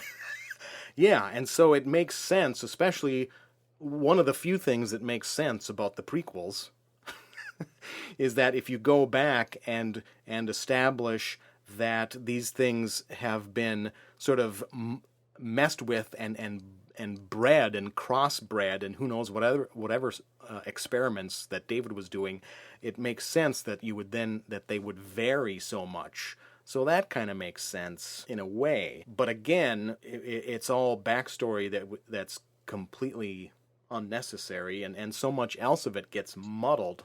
Because here's the thing. In Alien, Ash is not crazy as such to begin with, but he just has ulterior motives on behalf of the company. Yeah. To harvest the xenomorphs, to get the xenomorphs. And then that concept is carried through into Aliens, that the company is trying to get these things. Now, that whole thing about, like, the company finding out about these things and then trying to get them becomes really muddled in the retcon that these prequels do, because David is just completely psychopathically nuts. There's no reason given for that. That's something, unlike coming away from Alien, saying to myself, I wonder where those aliens came from. That doesn't come into my head at all. But when I watch Prometheus and Covenant, I say, well, why was David so nuts? What was so wrong with him? Why was he... Because it doesn't seem like he was programmed to do that stuff like Ash was. The movie definitely becomes this weird, like, towards the middle and the end, it's like this weird thing where you're like realizing that he's like completely insane and realizing just how insane and how creepy. Although with, I kind of drawings from the shot of Shaw's body. I kind of like how the slow reveal of how insane he had become was done effectively. It really was. Very creepy. And then it comes back to the whole creator-created thing, which was a motif through both of them, because now David has become a creator, but what exactly that is supposed to mean, what we're supposed to take from that, I don't know. This, like you're saying, the creator-created, religious, ultimately Christian... It's muddled. I mean, it's obviously it's not inherently bad, but it's weird. I just don't think it went anywhere. It's weird that this is being, like, inserted into the Alien movies, so sort of, like, I have no idea how to even... I just don't think it went anywhere. It's like they were trying for some sort of profound theme, but all they did was just sort of mention the creator and the creations a few times, and then have the captain randomly say something about being a persecuted religious believer, and then nothing happens. It's very weird, and I don't like it. So Aliens was a rip-roaring sequel that worked because it looked at the first film and said, okay, the first film is essentially a horror film. Let's not do that again. So let's turn it into a real, like, sci-fi military action-adventure film. And you get two films that make sense together and are both immensely... entertaining in their own ways, one hitting the horror notes more, one hitting the action-adventure notes more. Then we come back to the prequels. What are they trying to be? What are they about? What's the genre? Is it sci-fi horror? Is it sci-fi... what is it? It's very muddled, because there's this whole other storyline about the engineers that seems to just be kind of grafted into the Alien universe, and where does it go? I don't know. So they land on the planet, they find David, it kind of builds a little bit nicely. At first, you don't realize necessarily that it's the engineer planet, because David obviously went out and crashed the ship. When we finally get the scene and we see what really happened, he came in, they were in control of the ship, he releases the bioweapon, wipes out the engineer population, and then at that point he must have decided, well, now I'm going to go crash this ship out in the woods. So if anyone else comes here, I can, play innocent or something. But even that is like, what is that about? Why would he do that? But we have to infer that he did, because there's no reason for the ship to be crashed out in the forest, since he came in over the city in control. I honestly didn't even think about that until now. Like, maybe it happened when he killed Shaw? Yeah, and we don't really know what happened. When that happened. Yeah. Oh my gosh. And the whole Shaw thing, again, it makes you wonder if they jettisoned an earlier version of the script that would have actually had Shaw back in the movie, because it seems strange to not have Shaw in the film. Going back to roughly chronological, people start getting sick. Almost every Alien film has to have a scene where someone's in trouble and they're saying, let me into the ship or let me out of this room, and someone has to say, no, quarantine. I'm not doing that. And no one ever properly quarantines anything. And it always goes south. Here is the proper protocol. When someone is the color of the people who get sick in the Alien movies, and you're on an alien planet, all you have to do is light them on fire and run. and then Oh. everything would be fine. The whole way, everything went south when they brought the first infected guy back to the ship. Mm-hmm. And the woman that was on the ship was still trying to maintain some sort of control, some sort of quarantine, while she was fighting with the other woman who was trying to take care of the sick guy. The way all that was staged and shot was pretty effective, because you could believe both of their characters. I mean, the woman that had dragged the guy back to the ship, you understand why she's trying to do everything she can to help the guy.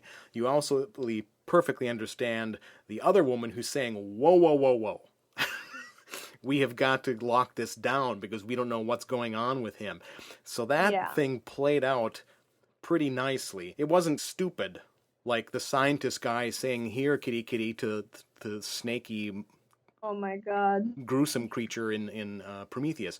You could believe that these characters would both act the way they did, and you didn't feel that either one of them was being stupid. You just, they were caught up in the moment, trying to do the best they could, and there's no way that they could have predicted that suddenly something would be bursting out of the guy, and having it burst out of the guy's back was a nice twist. Yeah, that was one thing that was nice about seeing, because we went and saw it in the theater. Mm-hmm. And so seeing that happen for the first time in a theater gave me like more of a sense of what it would have been like when Alien was first released. Mm-hmm. Just how like shocking and like brutal it is. Yeah. And how that has an effect on an audience who isn't really expecting it, even though everyone was expecting it when I was there. Yeah. You can't recapture the real impact of the Kane scene, which we can discuss more when we discuss Alien. So things start going horribly south. They did go horribly south in a very believable way. That's was kind of what I hate about every Alien movie, though, is that whenever it's happening, it's like, this is believable, but I hate all of you and everything. There were elements that weren't believable. They start getting attacked by the alien creatures, because there's the one that got out of the guy on the ship, and then there's the one that comes out of the other guy that they're still trying to carry back to the ship, and they're getting attacked, and they're shooting things, and it's crazy, and then suddenly David shows up and says, come with me, but then he has to lead them through this place where there's all these bodies, the blackened husks of all the engineers it's like there. Pompeii. Yeah, and they just kind of walk through there, and they're kind of looking at it, but then they don't really seem to inquire much about, so dude, what's with all the corpses?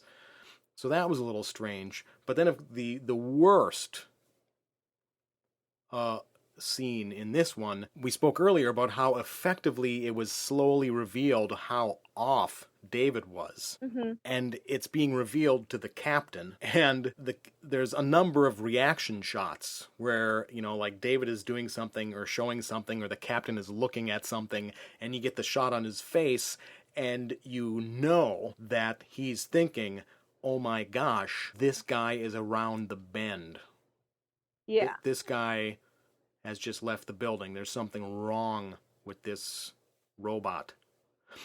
And yet, after all that is very meticulously set up, then when that robot tells the captain to look in the creepy egg thing and says, oh my God, don't worry, I almost lost my mind. It's perfectly safe, the captain is like, oh, okay, I'll look in there. It's like, Dunk. You already have been giving him the side eye, thinking to yourself, oh my God, this guy is creeping me the heck out. Now you're going to just suddenly look into slimy egg thing because he tells you it's safe? That was just as ridiculous as the scientist and the creepy serpent snake creature in Prometheus, It just made absolutely no sense. And there was no reason to have him do something stupid, because as soon as he came in there and saw those things, he could have said, you know what, David? I think I heard my mom calling me. I'm going to head out. And then David could have blocked the way and said, no, there's something I need you to do for me. He's like, oh, what's that? I think they're calling my name. I'll be right back. Or, oh, my tea. I hear the water boiling. I left some water on. Have a nice cuppa. But no. Instead, They're just like, well, no, we'll have him do the most incredibly stupid thing you've ever heard. I am so... It's like on the one hand, I'm angry because I'm like, this is ridiculous. And I would know better. Like, he should know better. And on the other hand, I'm like, I'm just so terrified of David that, like, I'm getting anxious talking about it. I'm like, whew, that guy. The captain, at that point, the captain has already seen I know, David trying to talk to the creepy xenomorph that has ripped the head off of one of his crew members. Oh my god. And David doesn't. And David doesn't let him blow on the nostrils of a horse and it's yours for life. And then he's like, and the alien's like, what? Huh? Yeah. So you've seen David do that. Communication. But then you're going to look in the egg after he says, "Go ahead, it's perfectly safe." Wow. Men. See, Daniels took one look and was about to get... She was outie, dude. Yeah. Yeah, so this brings us closer to the big sort of climactic battle sequence, because then the guy that's in command of the orbiting ship, he risks...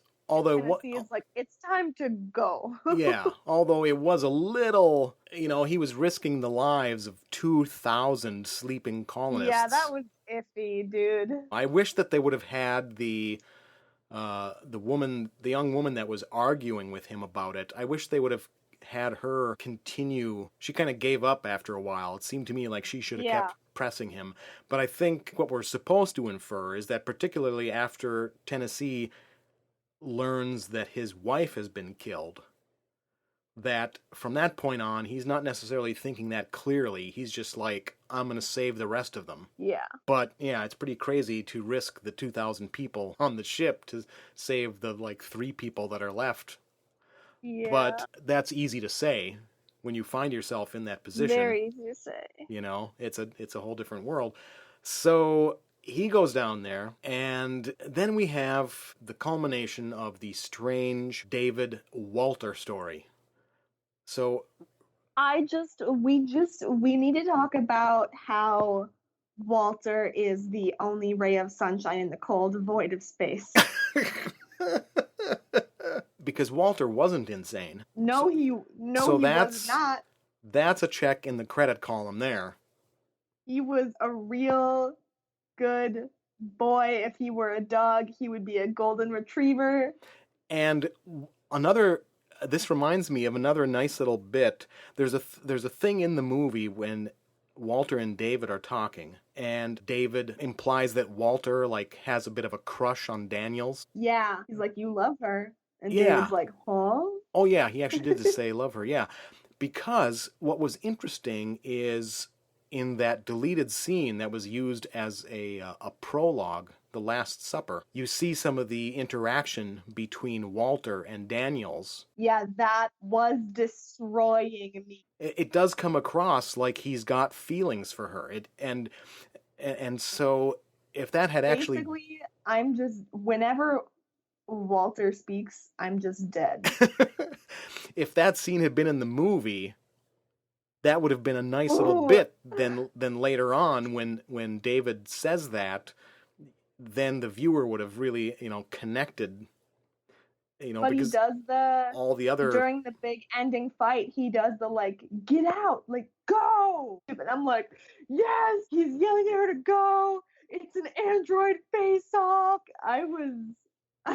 Yeah, I that was a pretty cool scene, except then. That Ridley Walter... Scott takes everything away from us, and I want to scream at him in an interrogation room for 5 hours. So he takes Walter from us, and we don't get any closure. And there's no payoff, because as a viewer, without having seen that scene play out, that David has killed Walter and taken his place. Yeah. And then there's all these shots that are kind of playing off that, and no one suspects him, because why would you if you were faced with identical twins, one of them insane and one of them not, Why would you think to double check when only one of them comes back? It kind of stretches credibility there that someone's like, maybe we should just make sure, since they looked exactly the same and the one's been trying to kill us this whole time. But if we put that aside... I wanted it to be Walter so bad. Yeah. And it was stretching out for so long. I was like, maybe it's okay. That's the... Well... Like lying to myself in the theater. Yeah. I was like, maybe it's fine. His hand is gone. Would David rip off his own hand? Which, like, obviously, yes, without even needing to think about it, it's like, yes, he would do that. Yeah. I thought it would have been more satisfying if we saw Walter die heroically. And we... Even though I would have been crying. Yes. I would have been ready to scream. But then, it's up front. We as the audience know. Yeah, but then, yeah. And then we're waiting. We're waiting. We're like wanting to shout at the screen, come on, it's the other one. And, which we already did because we knew anyway. It was, but... It just, instead it just came off like he was trying to make it seem like, oh, like, you don't know. And it's like, bruh, I think you're not fooling anyone. Yeah. It would have been so much more scary, like that scene where Daniels is, like, stapling his face shut. Yep. It would have been so much more scary because they would have been alone together and you would be like, any second, he's just gonna make out with her. Like... But then one thing that's kind of interesting is since David engineered getting the captain face-huggered, then the creature that's born of him is more like the old school, so to speak, xenomorph. And so then you have both one of the other ones and this one running around. So that was kind of cool. I read at one point they were going to have some sort of epic battle between the two of them. The pale white human-sized one, I think they called them Neomorphs.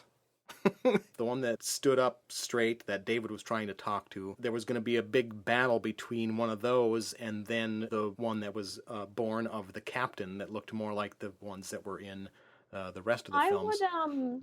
I would watch that if Walter was standing in the background. But in the final version, then it's just the old school xenomorph that leaps onto the ship as they're trying to take off. That leads into a pretty interestingly done action sequence there with Daniels out on the deck of the ship on a safety line. And yeah, that was pretty fun. Yeah, that was done well. Very, like, Alien to me. Like, do you know what I mean? Like, it was very, like, it just seemed, even though it was like a whole new scene, it was like, that's definitely something that would happen in an Alien film. Like, I was like, that's on point. Yeah. With this series right here. She finally takes care of that one. They get back to the ship, but then there's another one on the ship. I can't even remember how it got there.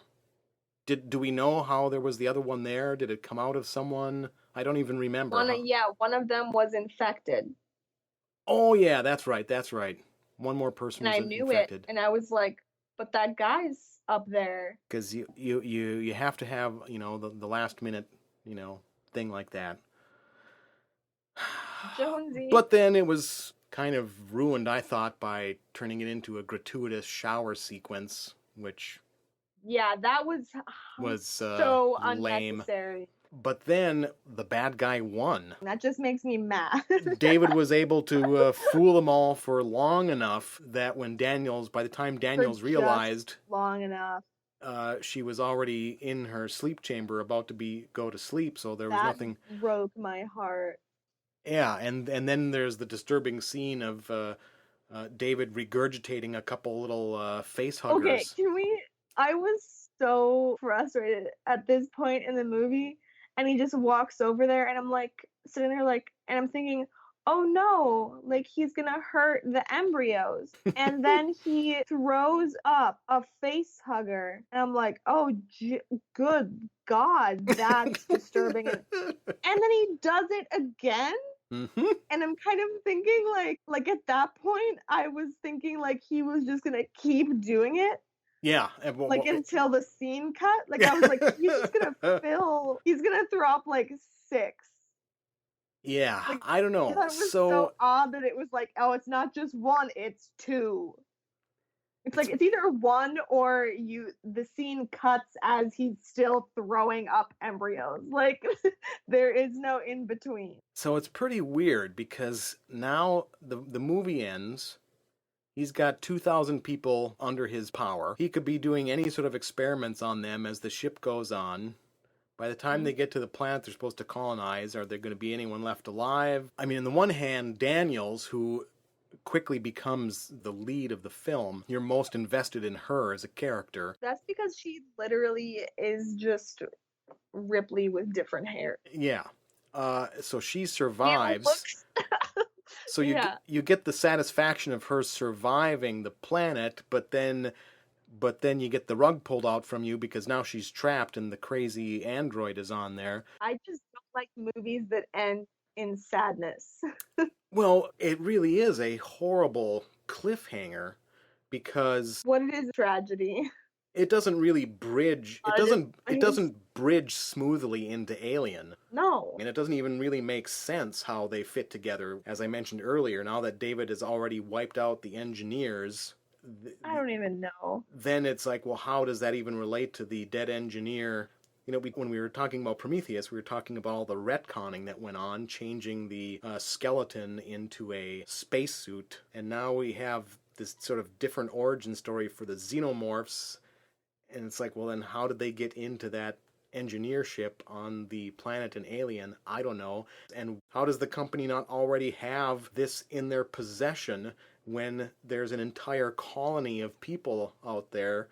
I mean, it makes me wonder now, so is Ridley planning on doing a whole prequel trilogy, and doing another movie that somehow makes sense of where all this is going? I don't know. It doesn't make any sense so far. Could he actually... Do you think it would be possible to make a sequel to Covenant that would make the prequel trilogy make sense in relation to Alien and Aliens? Makes sense in the way normal people think, or makes sense in the way Ridley Scott seems to think? I'm just in a basic continuity sort of way where you think to yourself, yes, I can see how these events could lead to those events. I really just don't. I mean, yes, because watching this movie, you're like, okay, I connect the dots as to why the Xenomorphs are how they are, I guess. Even though I'm mad about it.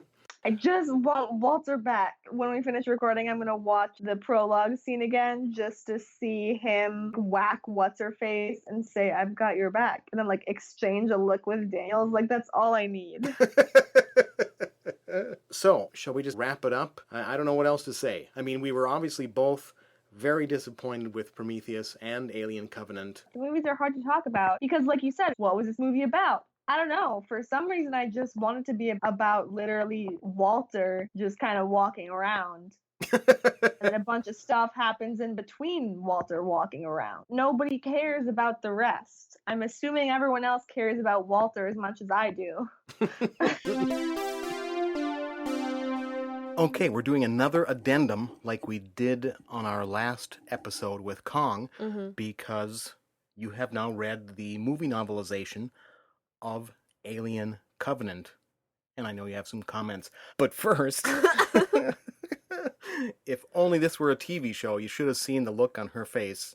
I just want to point out that Alien Covenant is by Alan Dean Foster, who wrote the novelizations of the first 3 original Alien films, Alien, Aliens, and Alien Cubed. We had very mixed feelings about both these films. Now you've read the novel of Alien Covenant. Did it address any of the issues that you had with the film in good or bad ways? A little. To be honest with you, while I was reading it, I was kind of like, why am I reading this? This movie was so bad.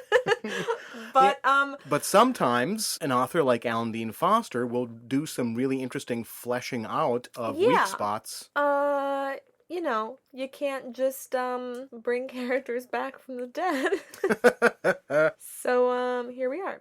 So one of the things that we found strange in the film was the out-of-nowhere reference by the guy who has to become the captain about being like Orem. a persecuted Christopher man Orem. of faith. Was there anything more about that in the book? Yes. So what was up with that guy? He's very Christian? But- Future Christian? But is there any sense about why he's been persecuted? No, Where? nothing. So there's no, weird. there's just more scenes where he gets to mention that he's Christian, basically. I just There's don't know. one scene where he's like, he has like these worry beads that he's constantly like clicking in his hand. And there's one scene where he's like wandering around the bridge, and in one hand he's clicking the worry beads together, and he's got a blanket around his shoulders, and a Bible just like under his arm. Like he's just walking around holding it. Mm-hmm. I don't think people just sort of walk around in their PJs holding their Bibles on spaceships. But I think that you acclimate to whatever your world is. So I think that when I used to ride the bus to and from work, occasionally I'd see people that were sitting there with their Bibles and reading them and very intently, and sometimes But he wasn't rosary reading beads. But I mean, for some people, it's a great source of comfort. And Yeah. so I don't think Yeah, so I don't think it's necessarily strange. I was waiting for him to open it and for him to read a quote. Yeah. And it never happened. Yeah, what's strange is how they seem to have made this a part of this character that they keep mentioning, but not actually doing anything I with it. I want to unlock his tragic backstory so bad. Yeah, The but it's scene just not there. later on when this is a totally different subject almost. When he and David are having like their final confrontation, and he says, "I saw the devil when I was a child, and I never forgot him." It's like, what does that mean? Yeah. What did you see? It You doesn't- saw Michael Fassbender? Like I don't get. What about the poor original captain who, in the film as it exists, you only see him briefly before he catches fire same inside. thing, he's just gone. He's just gone. He's You- just you gone. don't There's get no more... prelude, there's no like So- the Last Supper deleted scene with nothing until he explodes. Huh. Boy, those are just There's just weird. one. It's weird pretty much the story same thing. In choices. the movie, you think he's just moving, and then it's gone. And then in the book, Daniels sort of says it's implied by Daniels that he had like opened his eyes and was conscious for like 1 second, Mm-hmm. and then it was just gone, and that's really it. Do we get any more of Shaw? Are there more No. elaborate flashback scenes? No, there's or- nothing. There's nothing. Okay. So I was really hoping for There was Foster really to flesh out a lot of these weird bits, but There I was mean, there's really only so much very he can do There weren't because he really was given a script that Yeah. was like, what? Like there were honestly very few moments and scenes that weren't in the movie. Okay. And only one change to a scene that was in the or major change to a scene that was in the movie.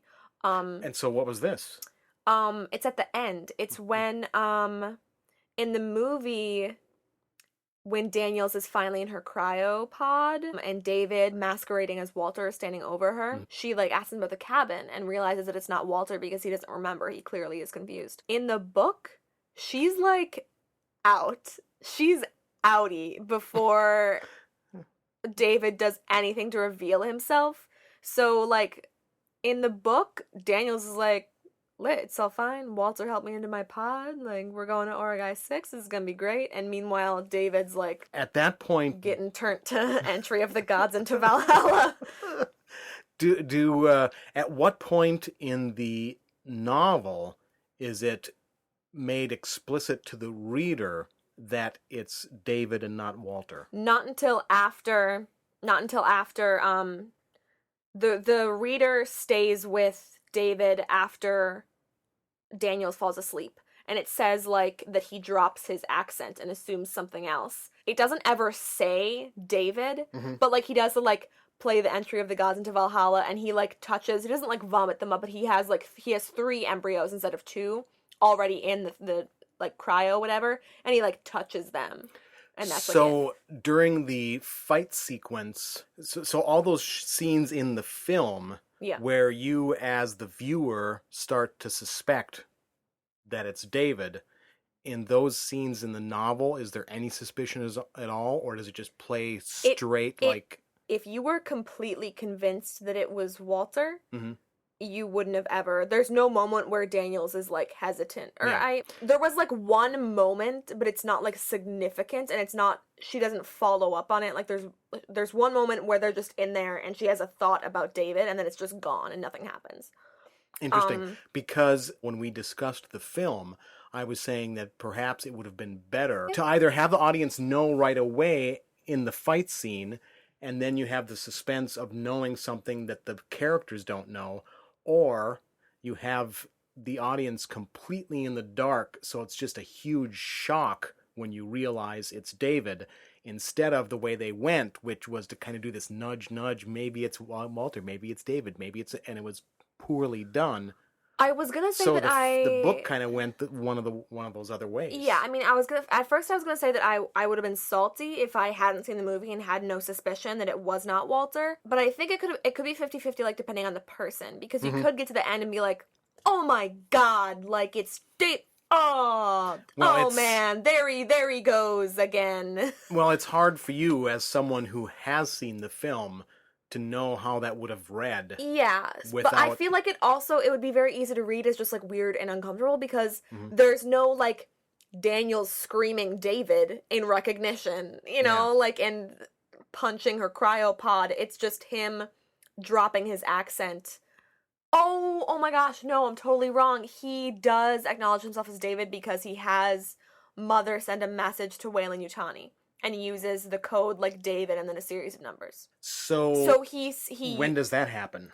Almost immediately after Daniels is asleep. Ah, yes, but not beforehand. Yeah, after. Yeah. So it's after yeah. he drops the accent, and then he's like, David, series of numbers, send a message. Okay, so we've established that the book follows the film pretty closely. There's not a lot of revelations, not a lot of stuff that gets filled in, not a lot of holes that get fixed. But we have to talk about someone who's very, very special to you. I was gonna say, when are we gonna stop pretending that I read the book for the podcast and didn't read the book just because I wanted to read every scene with Walter in it? In my head, as disappointed as I was with these two films, it would still be worth it for me for Ridley to make a prequel because in that movie, Walter is still alive. Walter is still on the engineer's planet, and he's fixing up an engineer ship, and he's going to save Daniels. He's going after him. It's like a 90s chick flick, and he's like, hi, I'm Walter. I bet you don't want to know how I got myself in this position. I'll tell you. Yeah, Walter is totes alive on the engineer's Walter planet. is the only ray of sunshine on that stormy planet. And yeah, he's in bad shape. He's missing a hand, plus whatever other damage David did to him in the horrible fight. He's all busted up, but he fixes himself. He crawls around. He rebuilds himself. Oh, man. And he goes after to save his one true love. Daniels.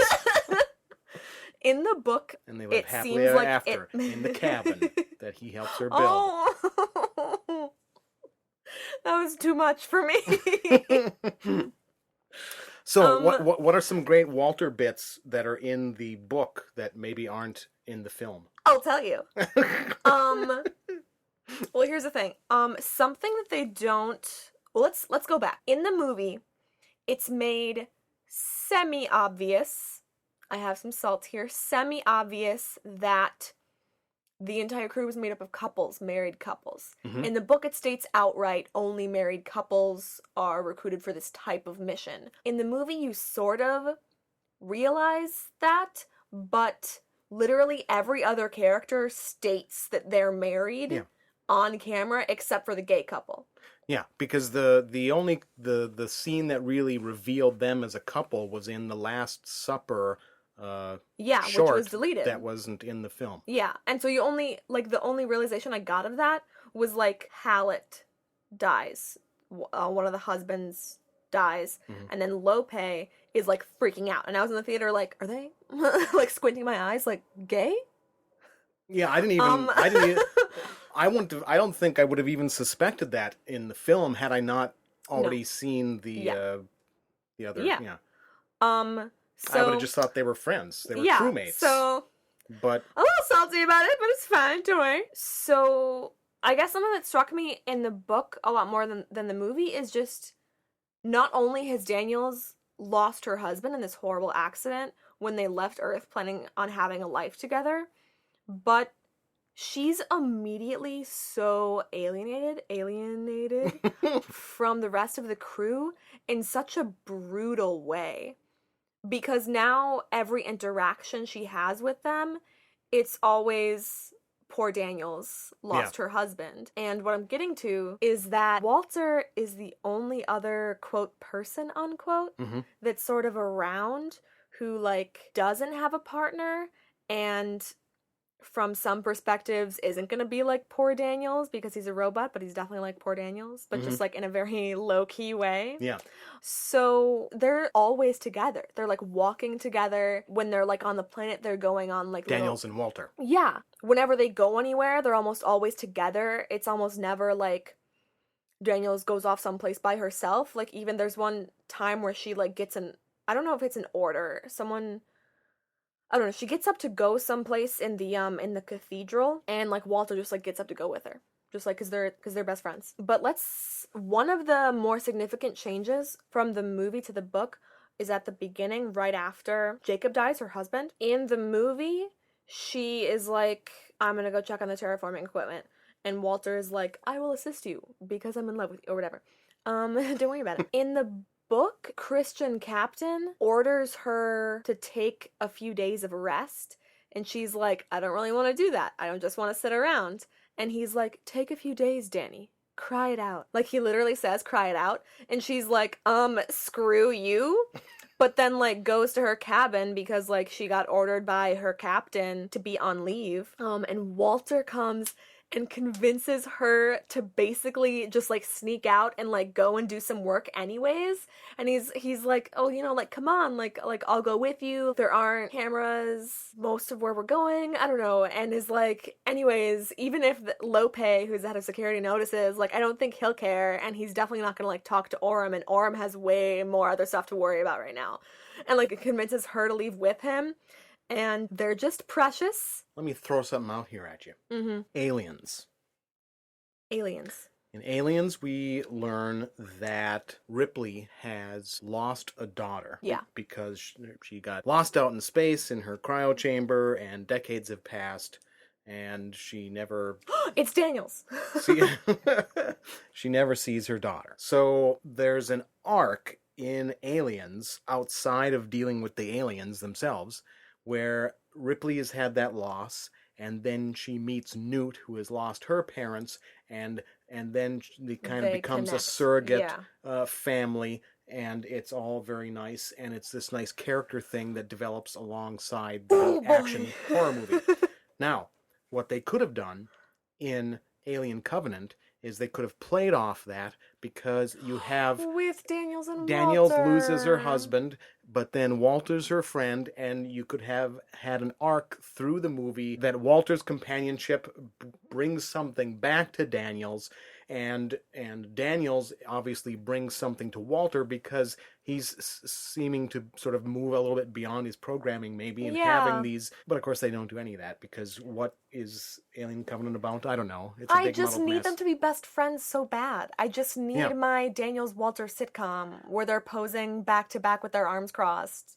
And they're both like, get a load of this guy. I've got your back. Oh, man. That's why he's got to do the prequel. I've got your back. It could almost make the whole prequel nonsense worthwhile. But it would still have a tragic... Honestly, it was worth it to have Prometheus and the slightly worse Prometheus and then the rest of Alien Covenant if we do get Walter. I'm going to be honest with you right now. Because here's the thing. It would still have a tragic ending in that we know that whatever they would do in the third film to try to defeat the alien would be unsuccessful, because we know from the original films. But you could still bring Daniels and Walter back together and just have them at the cabin. I just have like this shot in my head of the opening of their sitcom where like Walter's trying to cook and he has like a plate of eggs, but he does something wrong and they're like burned or something, or he like puts like raw eggs on like Daniel's plate and they're like whoopsie.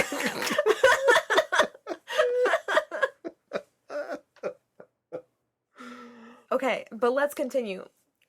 Because I went through the book and I dog-eared every page where Walter does something precious, which is basically every time he speaks. There's literally like 2 times where his name is mentioned where I didn't dog-ear the pages. Okay, so Walter's perfect, and Daniels can tag along and everybody else can go to hell. Okay, so the funeral scene is a little different because at first it's just Walter and Daniels. If it had been 2 people, it would have been awkward, but Walter is less awkward than he is just like confused, shy, a puppy. And so through their dialogue, it becomes evident that Daniels had asked Walter to come with her. And he is kind of like, I'm programmed with several like funerary whatever, and she's kind of like, I didn't want to be by myself, but I don't know what I wanted you to do, like sort of thing. And then Tennessee and Ferris arrive, and there's like a moment where Walter is like relieved, but not because he felt awkward, because he's like, oh, like they'll be able to make her feel better than I can. And I'm like, boy.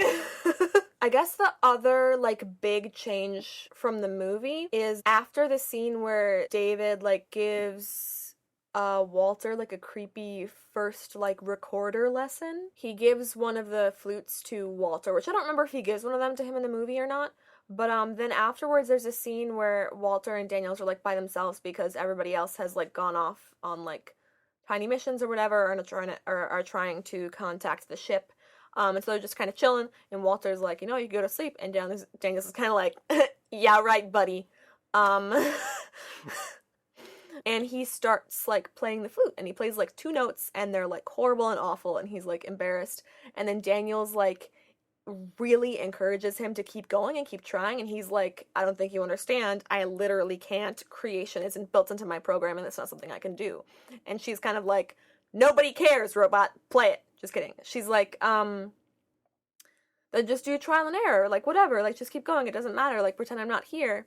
And so he, like, starts to try again, and, like, after, like, one more try, he starts playing something, and it sort of works. And he's, like, so happy and shocked, because it was something that he had made, and it was his own, and he wasn't supposed to be able to do that. And he keeps going, so he's playing, and Daniels, like, falls asleep where she is. Like, it's just such a pretty, like, lullaby. And it's just, like, such a sweet scene. Yeah. And then there's a line at the end about how his instrument wasn't powerful enough, or, like, was too simple to fill the chamber with music, but he tried. And it's, like, so nice. And then later, Daniels is still sleeping, and he, like, legitimately, like, brushes some hair off her face, and then one of the other sergeants comes in and shouts something and wakes her up, and there's, like, a moment where Walter is like, this displeases me. Why?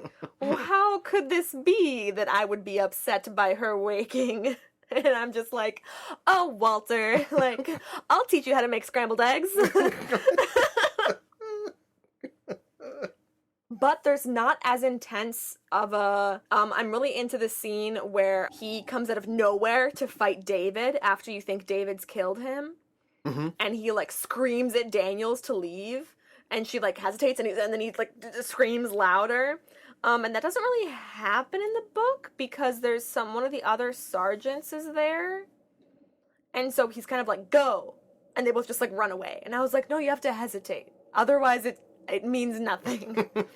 So there's not the dramatic, like, him, like, literally throwing David, like to the ceiling, like, across the room off of Daniels, and then being like, go! And then Daniels being like, but Walter, and him being like, no! Like, it's just, like, they just run away. And I was kind of like, well, then that's all you're gonna see of that ray of sunshine.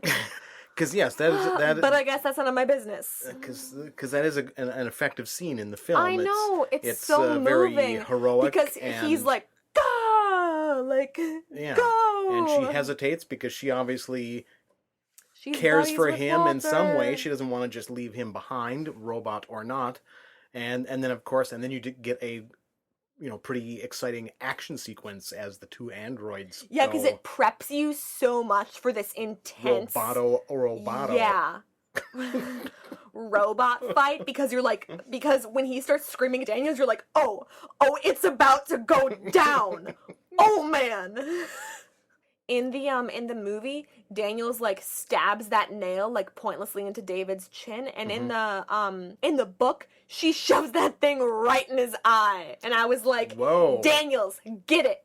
Like, oh my god. But then he like takes it out and his eye like repairs itself, and I was like, whoa. But and so when David like attacks her finally and like has her pinned down on the table and they have that nice, innocent, intimate moment. Just kidding. That was creepy. Okay, right after he kisses her in the movie, she like she has the nail on her neck that like reminds her of Jacob or whatever, and she stabs it into his chin. Yeah. So in the book, she stabs it in his eye, and he still is kind of like, but he still just doesn't really care. He's like, he still is like, that's the spirit, and takes it out. Except in the movie, he doesn't take it out because it's in his chin, and who cares? But still, he takes it out, and his eye, like, repairs itself. And it's like, you can just do that? You don't need a new eye? Bud? Even for a robot? That's a little much. I wish there was more to talk about, but it'll just be a lot of me saying that Walter is a ray of sunshine. In reading the book, did it make you think of anything in the film in a different light that you thought, oh, I understand why they did that way, or... Oh, before the end, when Orem finds David, like, creepily, like, blowing onto the Neomorph that's just killed one of the... Blow on a horse's nostrils and he's yours for life. What is this movie about? I don't know. Horses? Lawrence of Arabia? Who can tell? Anyways, he's blowing on the Neomorph, and the Neomorph is like, whoa. That's literally what it's going, whoa.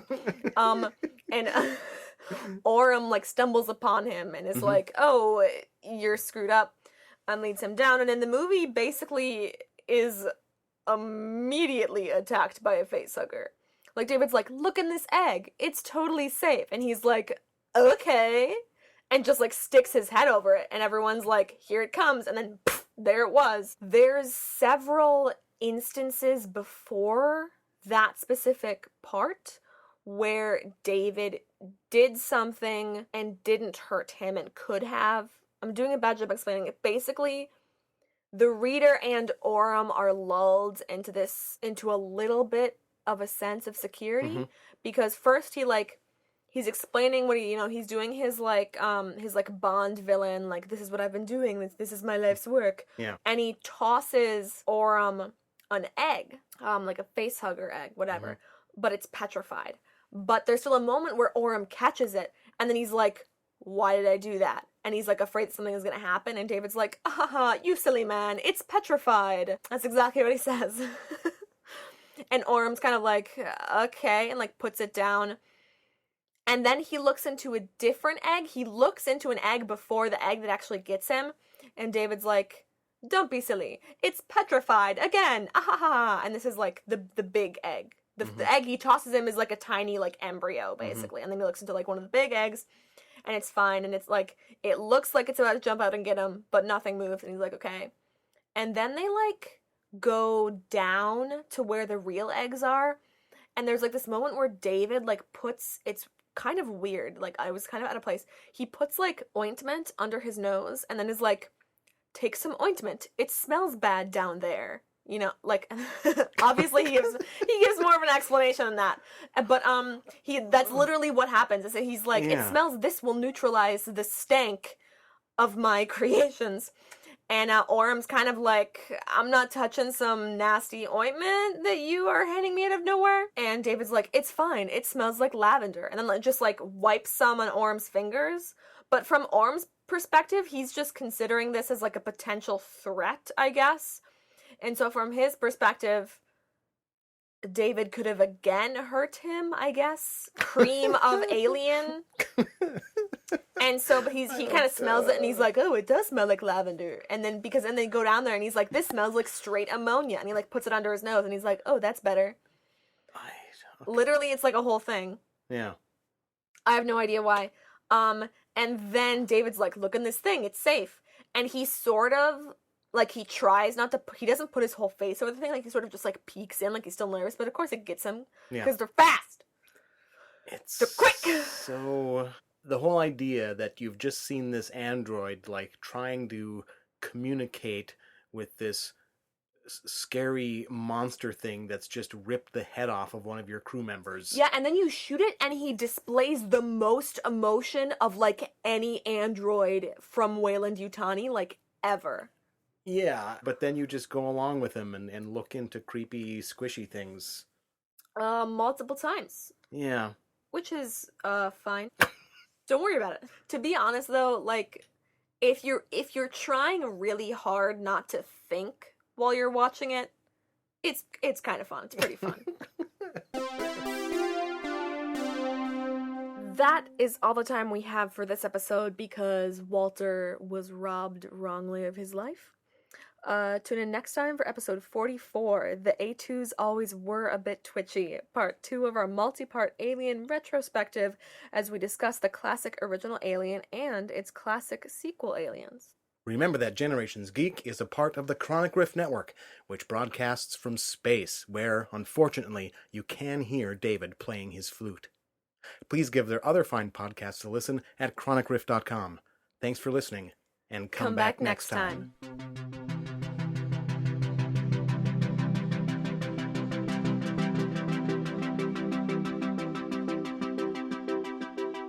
No geeks were harmed in the making of this podcast. Ooh, shiny.